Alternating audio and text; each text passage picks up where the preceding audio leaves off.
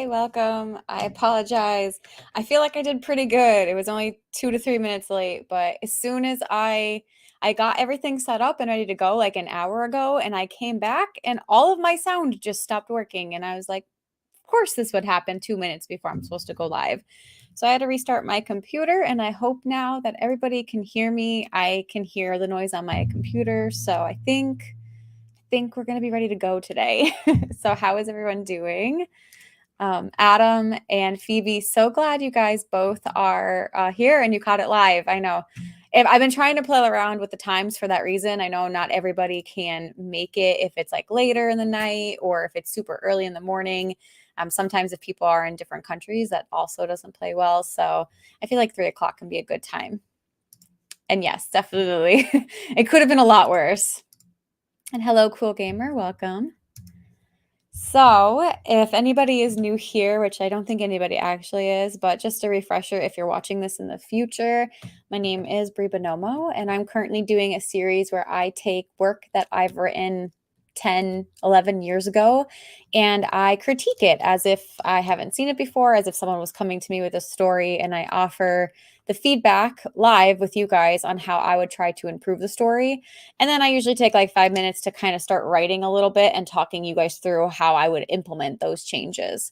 So we are doing this for the third time. And as my poll had put, I put the poll up in my community tab, and everybody wanted to look at the Aladdin retelling.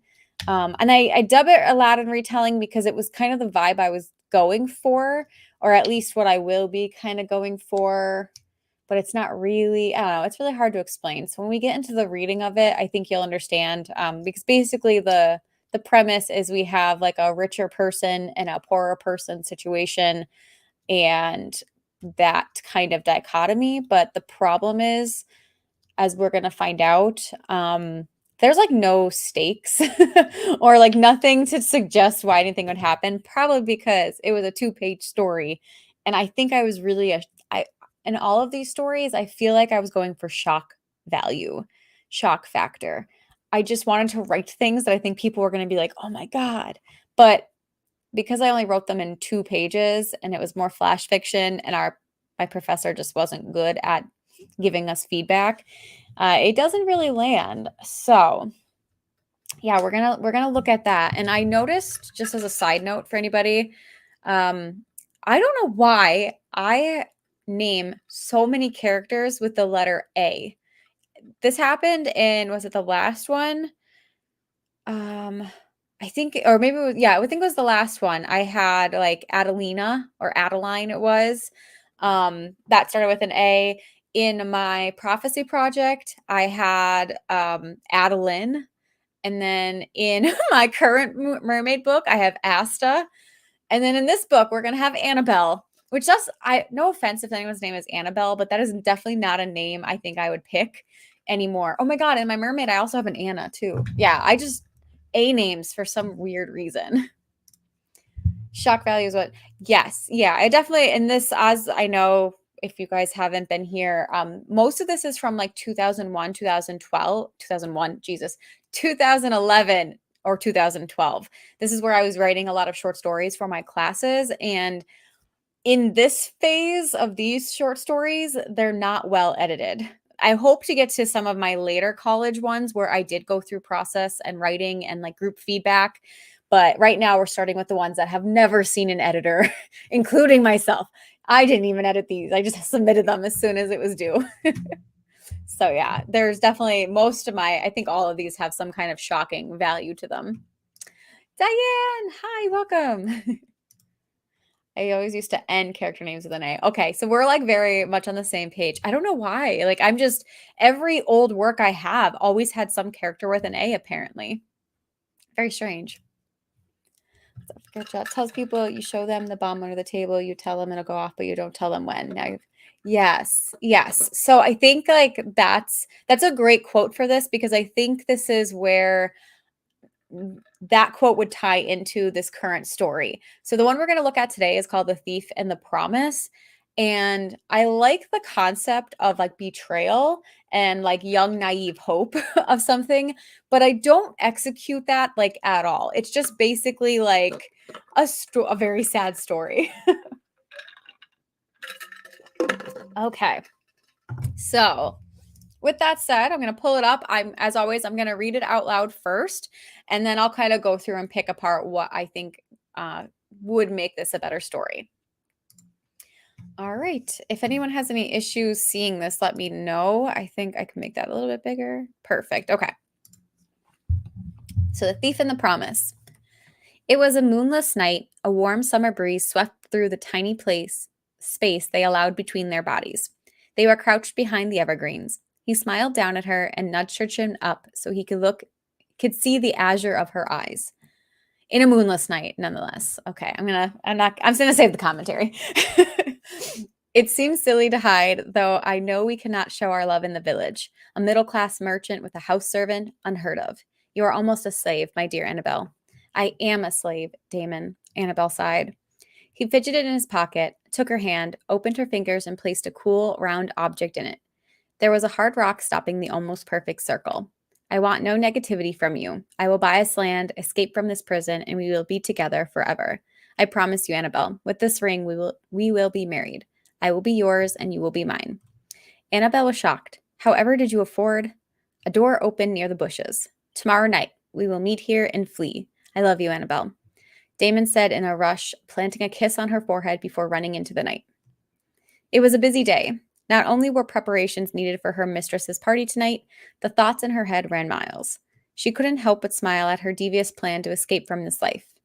As she set the dining room table, placing the knives delicately in their correct position left of the plates, she glanced down at the ring of promise placed on her finger, and a warm feeling flooded through her like a hot cup of tea. A conversation between her mister and mistress came in with the breeze through the window. I can't find it, Alaric. Another A name. Soon a lady appeared in the archway. Annabelle, once you have set the table, I need you to go on a search. Of course, milady, she replied as she set down another knife, the ring catching the sun and glinting. What do you... The mistress started off. Her eyes widened. Alaric, how dare you, Annabelle, after all we have done for you? Ma'am? Annabelle questioned. I'm afraid I don't understand. You little wench, you steal from me and then you lie? How dare you? She struck Annabelle with such a force the girl fell to the ground. What is going on here? Alaric's voice boomed. She, pointing a long finger at Annabelle, whose tears were staining the new blouse she wore, stole my ring. The beautiful ring you bought me for this occasion. Well, I shall set her straight, Alaric replied, and picked up Annabelle brusquely from the floor, grabbed a whip hanging by the door, and dragged her out of the house. The courtyard was a few paces away from the residence. In mere seconds, Annabelle was thrown on the cobble where people started gathering, always interested in a public shaming. This wretch stole from my beloved wife, he said as he tore off Annabelle's ring. Thieves deserved a strict punishment to keep them in line. He snarled as the first crack of the whip came down onto Annabelle's back, a clean red line ruining the fabric of her crisp white blouse. She hollered out in pain, tears poured down her face. More cracks, more blood, screams turned to whimpers. This is what comes of crooks, Alaric stated as he walked away triumphant. The crowd started to disperse, gossiping about the idiot girl who stole from her warden. Annabelle looked up into the crowd, her vision blurred, looking for that one head of shaggy brown hair. She found Damon's eyes on hers and silently begged him to help her, but he merely averted his gaze and walked away with the crowd. God, gotta love the shock value. All right, I'm gonna take a drink, let that sit in, and then we'll kind of dive into this one.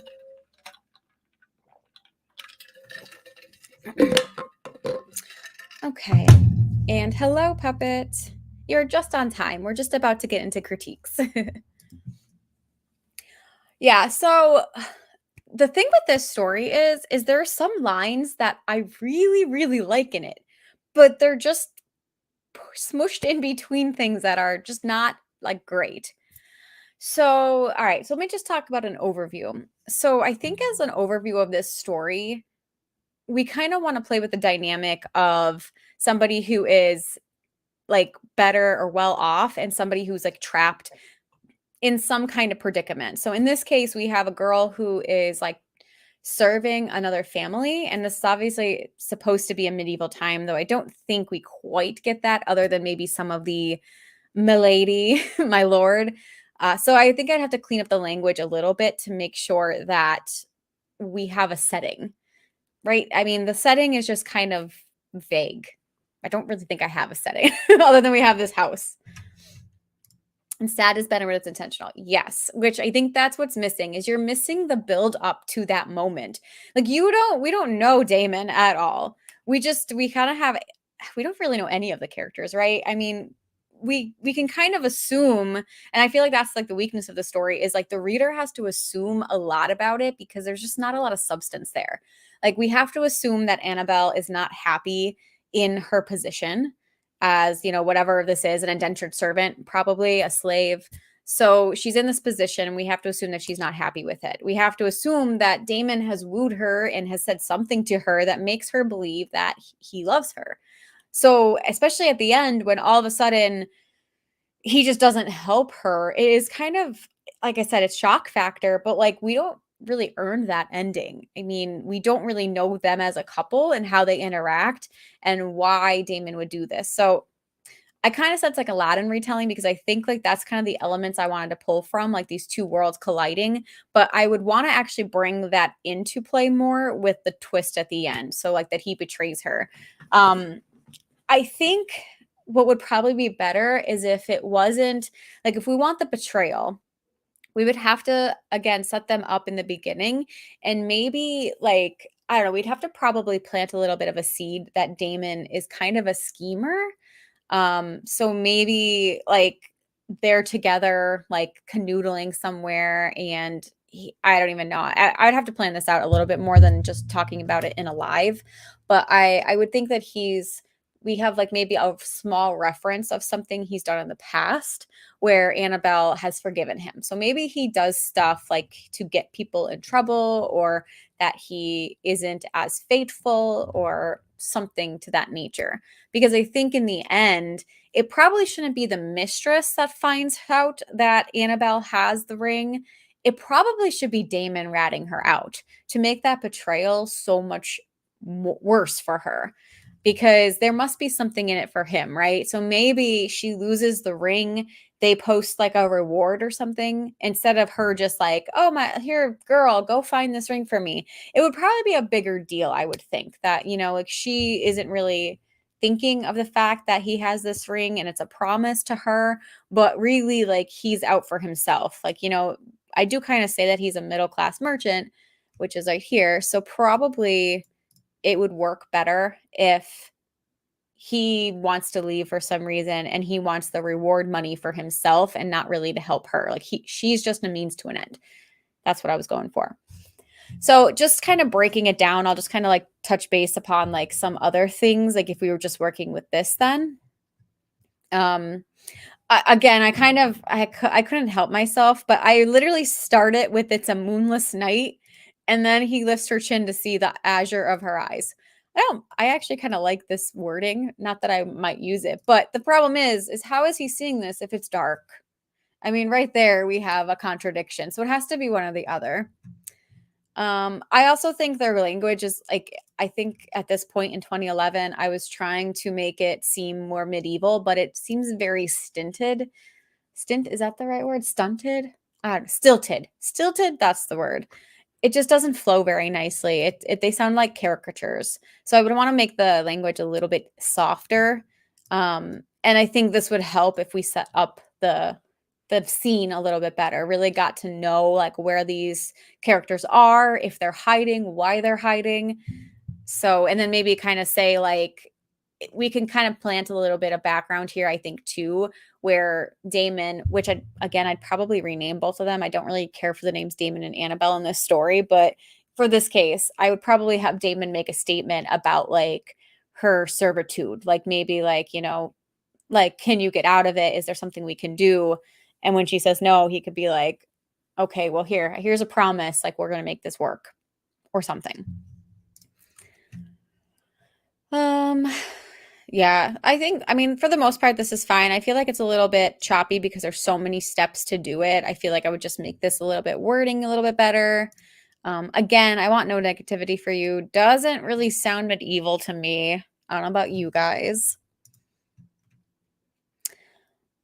This is kind of I want to gag a little bit, but only because it's my own writing. It's probably not necessarily terrible, but and then I feel like this was a nice thing, right? I mean, I feel like this is where I wanted to try to set that up, that she knows that he is maybe middle class, but he doesn't have a ton of money. So I feel like here would have been nicer to dissect that and make it a little bit more. Let's see. Regarding word choices, Moonless Night is more of the keeper. Yes, I would definitely agree with that. Obviously, if this wasn't my own writing, I would probably say like pick one or the other, but I do think it's stronger to play up into that secrecy. Absolutely. And then because I think so, this obviously denotes that there's been more time passing. I don't really mind that, but I think I did this and cut out a lot of what could have been in this first area because I had to keep it to 2 pages. So I feel like I just would have extended the scene a lot more, added a little bit of background, made it a little bit more that we understand their dynamics of the relationship. And maybe, play up that it is a moonless night and they often meet when they're not going to be seen. So whether that means it's like in the dead of the night or it's in like places where like they can be secretive, like in like the horse stall or something like that, just to kind of meet. So they might have to begin with a very shallow relationship. And that would be what I want to portray. Again, just joined. Hi, Carrie. So hi, this is a series I've been doing where I take old writing and I try to kind of make new life into it. So currently I'm just talking about my feedback on this story. If I was going to edit, if it was somebody else and I was offering edits, I would kind of talk through it. So technically the specific purpose is for this series that I wanted to do just to kind of help others maybe understand editing process or things that might be able to help you when you write. But the other technical reason is I've been submitting more short stories, and some of these stories I've always liked the concepts, but never took them anywhere else because they're not really that great at this point in time. So ideally, I would be talking through these edits, working through my process, and then maybe submitting those down the road when they're actually finished. But for today's purpose, I only do like the editing stuff and the critiques. And I just usually do like 5 minutes at the end where I would write a little bit more for the story, like start the story. I don't actually write the whole thing because that would take me a long time and that would be a lot of pressure on a live. Hi, Sheridan. How are you? And thank you. Yeah, I've been really enjoying this. This is my third one. And if you're interested, I have a whole playlist so far with the other two that I've done. Very much a similar style. Okay, so all right, so the second thing. So where I was at was, it's just very, again, just not a lot of descriptions. Like we don't really have any idea of the setting. So I think this would have been a perfect time. Like I kind of made it seem like they're fancy, right? A little bit like they have a dining room table, but like what kind of house do they live in? Like what family is she serving? Are they like rich? Is this like a king and a queen? Are they a lord and lady? She does say stuff like mistress and milady and then ma'am. Again, I would need to probably choose one or the other because I think having like ma'am, mistress, and milady is just too much. And for me, for my liking, I don't like having all of those identifiers. I feel like I need to pick one and stick with it. And normally, if people, from my understanding, is my lady is usually a little bit more proper. So it would be people you would find in a castle, whereas milady was usually used as a descriptor when for like the poorer individuals, like people who weren't as wealthy would tend to be milady. I remember reading this somewhere and I can't remember where and I can't cite it and I'm sorry, but I remember like that's how you would be able to distinguish like what class you are based on how you said my lady or milady. Anyway, so yeah, I would probably stick with milady in this case then to kind of identify that she is like of a poorer class and that, she has to be indentured basically to keep her well-being. So I think I would just play this up a little bit more. I would talk about the room a little bit, talk about what she's already done for the day, like really showcasing that she has been up for a while. This is her life. She wakes up to serve and she only gets time at the end of the day. So the second thing that I would definitely want to change is I think she might be naive in love, but I don't think she's stupid because putting a nice hard ring on your finger is gonna bring up questions if you've never had it before. So I definitely don't think she would be wearing it. See, I like your instinct to add to the dynamics. An extra half page in lieu of the time skip could give us Alric and his wife in heated background conversation. And Annabelle, okay, I know you're still typing, but that's a good start. I'll see what else you have to say.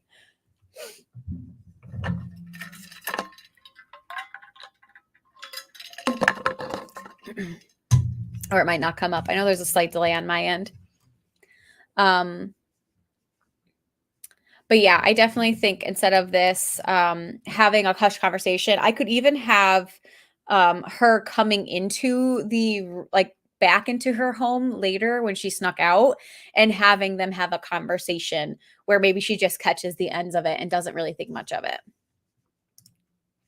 Annabelle trying not to eavesdrop because she tries to be courteous household member, bringing another stinging layer to what happens. Yes, absolutely. So I could add two different types of layers. I could add like where she's sneaking in and maybe that like adds a little bit more suspense and like she hears that they're still awake and that's unusual for her and she maybe regrets a little bit because she has to wake up early and then as she's trying to busy and like mind her own business she starts hearing these little thoughts. Absolutely. Doing well, pretty busy, multitasking, but I'm glad I can join you, even if it's in the background. I appreciate seeing your process. Well, thank you. I'm so glad that it's interesting, if nothing else. What has been the most challenging for you in this story? So in this particular one, I think because I have not started rewriting it at this point. Um, I think it's definitely this like the most challenging that's going to be to rewrite is finding the balance of suspense. Just because like it's so easy to maybe want to take this and just add to it, but I think this is really going to be a complete rewrite where I'm going to open a new document like I normally do anyway and just kind of take the bones of this and make it. So I think like it's going to be a challenge to get the suspense right and plant the little bit of seeds that Damon isn't this upstanding character because obviously I haven't done that in this story like other than the fact wait where is it that she questions how he could afford it. Like that's the only sentence in 2 pages leading up to the very end that, you know, something might be weird about it. So I would have to add more of that. And I just want to make it would probably have to go through a few edits. Most of my short stories are not one page. Like this story, 2011, Brie wrote this story and called it a day. We didn't edit it. So now I do take a lot of time to edit it and I give it back to critique partners. So I would want that would be probably the main question is, you know, do you feel like it makes sense for the characters? Do you get who they are as individuals? And does the betrayal feel real? So, but yeah, so I think after answering some of those questions too, just to reiterate, I definitely wouldn't have her wearing the ring. I think that would be too easy. And I also just think, like I said, she's naive, but she has common sense. Like even I think she would know. Like the goal would be in her perfect world, I would assume, is that she's gonna listen to Damon. Damon is gonna come through and he's gonna pay off her servitude so that she can escape. Or they'll run away together and they'll have enough money that they won't need to be like, you know, hunted down. So I would need to convey that a little bit better. And having her just wear the ring on her finger is just kind of stupid because anybody who would look at her and be like, well, you're poor. How did you get this ring? The only obvious answer would be you stole it clearly. So I do also just like this little, you know, a warm feeling flooded through her like a hot cup of tea. I like that line. That was a good line in my opinion. And then here too, Mr. and Mistress. I think I would just say Lord and Lady. Mr. and Mistress is too similar, and I don't like them next to each other. So I'd probably say Lord and Lady. And then I would just have her. I would just have all this conversation a little bit different. Again, it still seems a little rough around the edges, and I think as Adam pointed out too, I think I would have some of like the bits and pieces of the conversation flowing into Annabelle's mind, like as she's setting. So to be like, da, da, da, da, da, like, yeah, I thought I put it in our safe or whatever. And then like Annabelle could be setting the place or whatever. So she only catches bits and pieces. So then when she comes to Annabelle, she would just be like, Annabelle, like, I'm going to ask you, have you seen this and whatever? And her be like, no, but then in her mind be like, you know, the ring weighed heavy in her apron pocket or something like that. Like her ears burned, like that she is kind of becoming aware that this, what she just described, like her lady just described, is the ring she has in her pocket. And like now she's panicking. Um, so maybe I would probably stretch this story out for maybe a couple days instead of just a night and a day, because I think like it would give time for the Lord and Lady to make like a town, like, you know, the, what do they call them? The callers in medieval times that are like, hear ye, hear ye. Maybe have him say like there's a reward to find this ring from, you know, the Lord and Lady of the town. Maybe they're like a Duke and Duchess actually, or something like that. Like that they rule the town and that's why she's serving them. So then when we get to like all of this down here, this would make more sense, right? Like Damon could come forward then and say like, my Lord and Lady, yes, thank you. Thank you guys. I knew I was I sometimes my brain, like I can talk so nicely and then silly words like that will just get stuck and it won't come out. So yeah, a town crier. So maybe like a town crier can say like they're offering a reward, and you know, so they're out there and the town crier can just be like yeah, anybody can step forward, and then Damon steps forward, which might again make it seem like Annabelle, like, oh god, what is he doing? And then he's like, I think I saw your servant steal it or something like that. And then again, the betrayal ends up being so much worse because she was expecting him to, like, that was his promise of like getting them away. And instead he's trying to take the money to leave it just by himself. So yeah, I would have all this. However, I think like some of the wording in here too, I like the fact that, you know, thrown on the cobble where people started gathering, always interested in a public shaming. I think that was a good line. Um, a clean red line, rooting the fabric of her crisp white blouse. I like that line. So like, I feel like some of those could still stay in the new story, but just the dialogue and how we get to it, I think is going to be different. So overall, this one needs a lot of work. We just really need it. It needs to be more than 2 pages. It probably needs to be more than 1,000 words. My last month's story, if you guys were here for it, or if you're going to go watch it, I believe I did continue writing that one, and I am going to make it a flash fiction of only 1,000 words or under. But that one works so much better for 1,000 words or under. This one, I think, needs to have a little bit more into it and be a little bit longer than 1,000, because the stakes need to be higher. And right now there is no stakes. Like we don't know anything. We don't know this town. We don't know the people. So in order for me to really benefit and get this story, you know, elevated, I think it would need to be longer. So I would give myself permission to write this as long as it needs to be, and then obviously go on from there and edit it and make sure it sounds good. Cup of tea has me further mulling over word choices, but more to do with specificity of place. What type of culture are these characters in? The only clue is that they're two. Yes, exactly. So that would definitely need to be given with more context clues of what kind of world this is. Like, am I thinking medieval London here? England, I should say, not London. Am I thinking medieval England? Is it like a castle in Transylvania? Like, we have no idea. They're tea drinkers. We know that. So I'm going to say that me in 2011 definitely made this like England, like medieval England vibes, but you guys don't know that except for me telling you. So let's see this story. Yeah, this is only 627 words. So even as a flash fiction, I still had lots of room to grow. That's just my opinion. It can be a vague enough setting if there are bigger priorities. It's just that after Game of Thrones, or many, myself included, are a bit spoiled. Yeah, that's totally fair. And I'm going to stop presenting this one. So I love details. I love describing things. And that's been one of my main critiques that critique partners tell me, is that I'm going into too much description on things, because I am very much, I'm finding I'm not as bad as Tolkien, who can describe very, very long passages of the same thing. But I do like to give like a paragraph of something that's not necessary to the story because I just like to describe it. So yeah, I could also be spoiled by like Game of Thrones and Tolkien because sometimes I'm very interested in what they're describing, even if it has nothing to do with the plot. Medieval Europe wouldn't have tea. There we go. Although I see fictional medieval style worlds have it, including mine.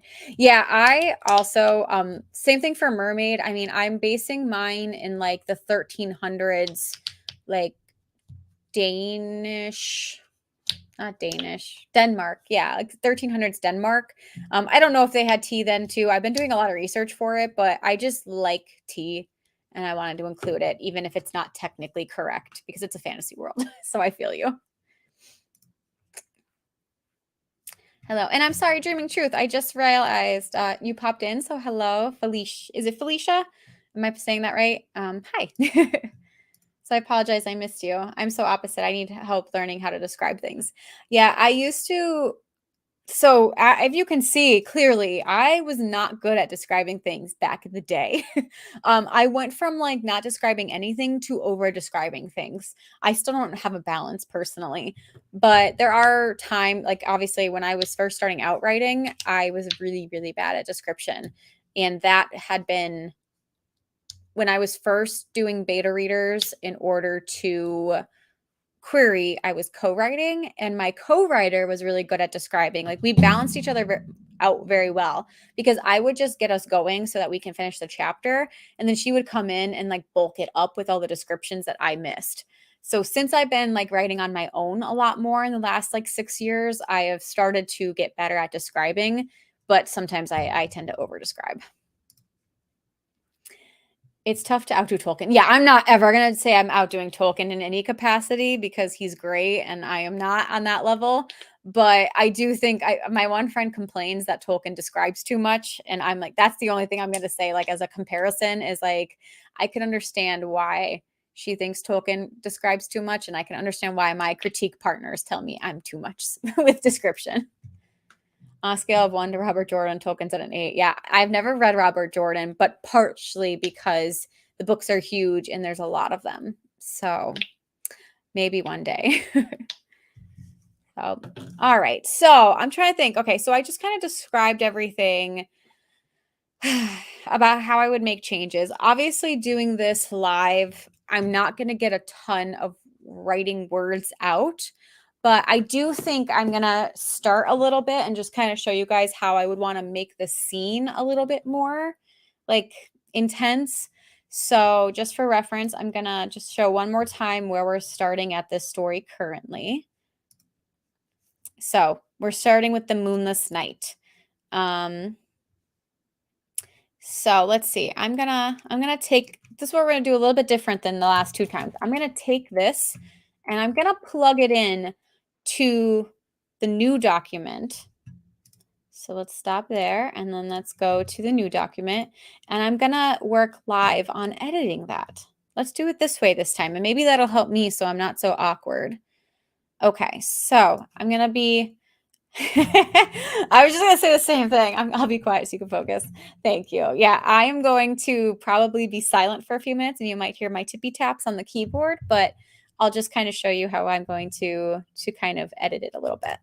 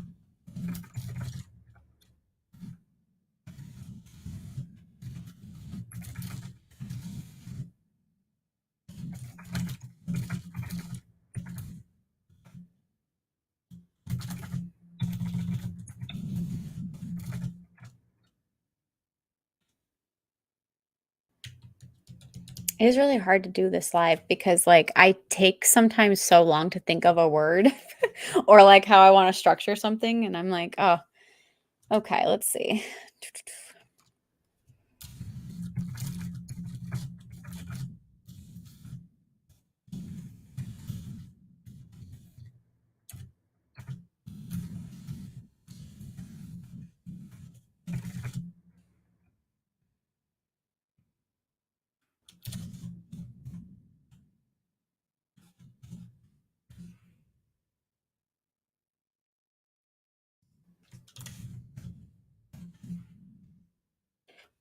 Okay, what is evergreens?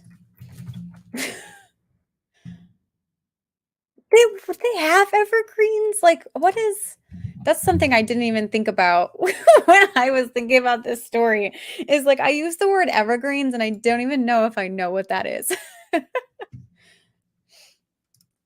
You're braver than me, I'd be too self-conscious to write live on screen. Yeah, I I feel more comfortable in my writing ability, even though I don't think this is gonna be perfect, and I would still edit it after I even show this, but, I'm coming to the place where I'm just like, I think I'm okay, like, nothing's gonna be perfect, this would still be edited after the fact, and you know what? Like I said, if it just makes somebody else feel a little bit more confident or hopeful about their writing, then I've achieved my mission. Okay, evergreens is like a bush, or it's a bunch of different shrubs. So we're gonna I feel like that's just not the vibe that I'm going for. This feels like a well manicured lawn and not a forest. So let's see. They crouched behind what kind of trees? I feel this is where the details start to bog me down because I really just want to describe every inch of a tree right now, and I don't need to do that. So we're just gonna say, behind the old trunks. Gonna leave it at that for now. I'll come back and edit it later.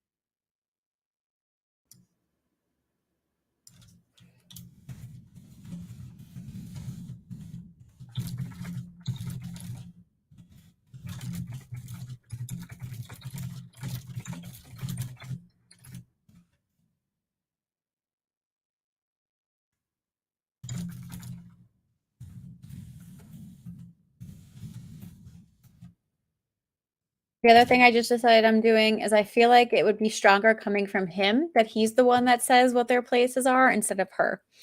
So,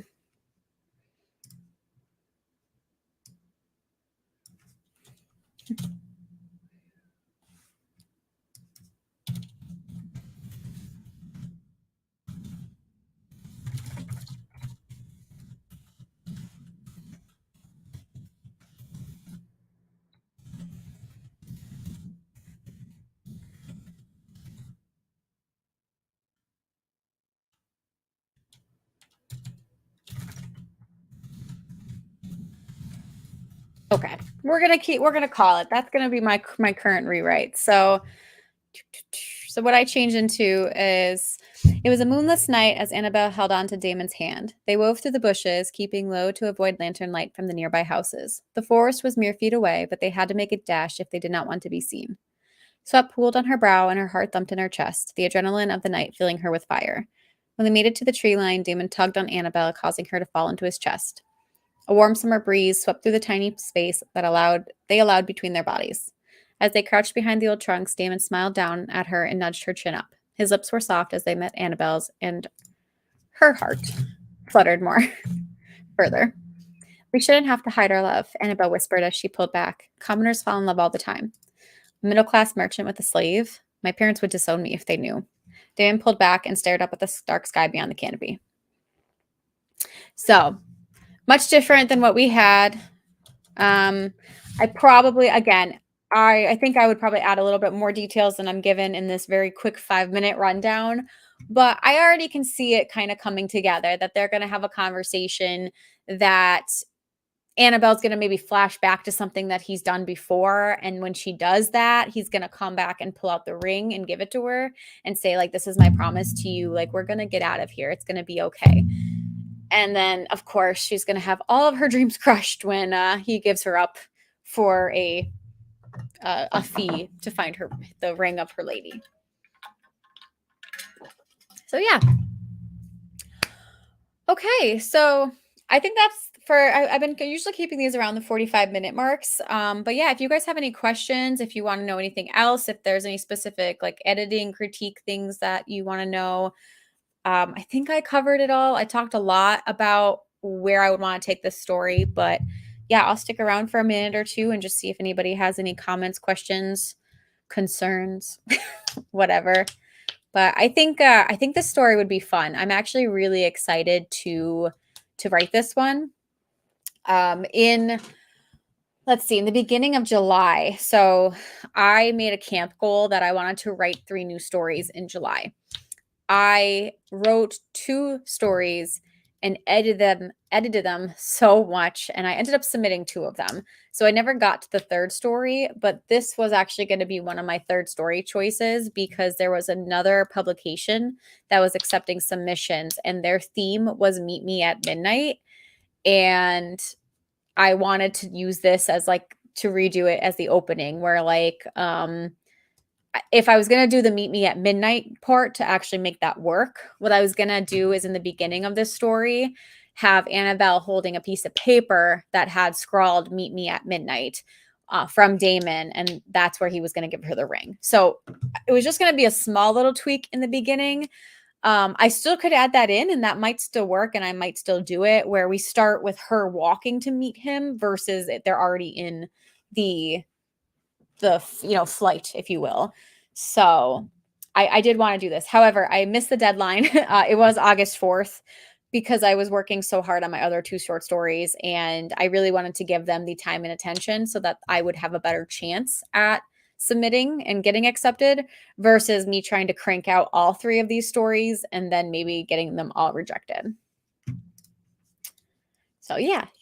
I thought so too. That's why when I was initially doing it, I didn't know if this story would make it to an RRS live because I think I initially was going to write it before I got here, but I wanted to bring that up just to kind of, share because I remembered to share it essentially.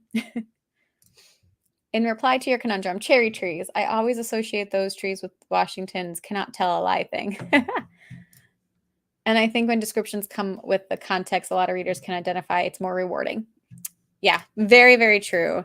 Cherry tree. What does a cherry tree look like? I'm so bad at trees. It's like, like a literal cherries. Oh, they're so pretty. Or wait, one is pink and one has berries. Google's making me very confusing. Thematically, that is, yeah. No, but I definitely I would agree with that too. I think and that goes with kind of the balance of like you want enough descriptions that you can have the reader identify and then also not doing it too overboard so that it like bogs it down. But yeah, I speak and as of a real cherry tree, I apparently did not know what they look like until now. Which I probably have seen them in real life. I don't know why. I'm just not like an arborist. Is that the right word? I don't know much about plant life. I would die in the Hunger Games for sure because I would be eating poisonous berries. That's hands down. I do not know my shit.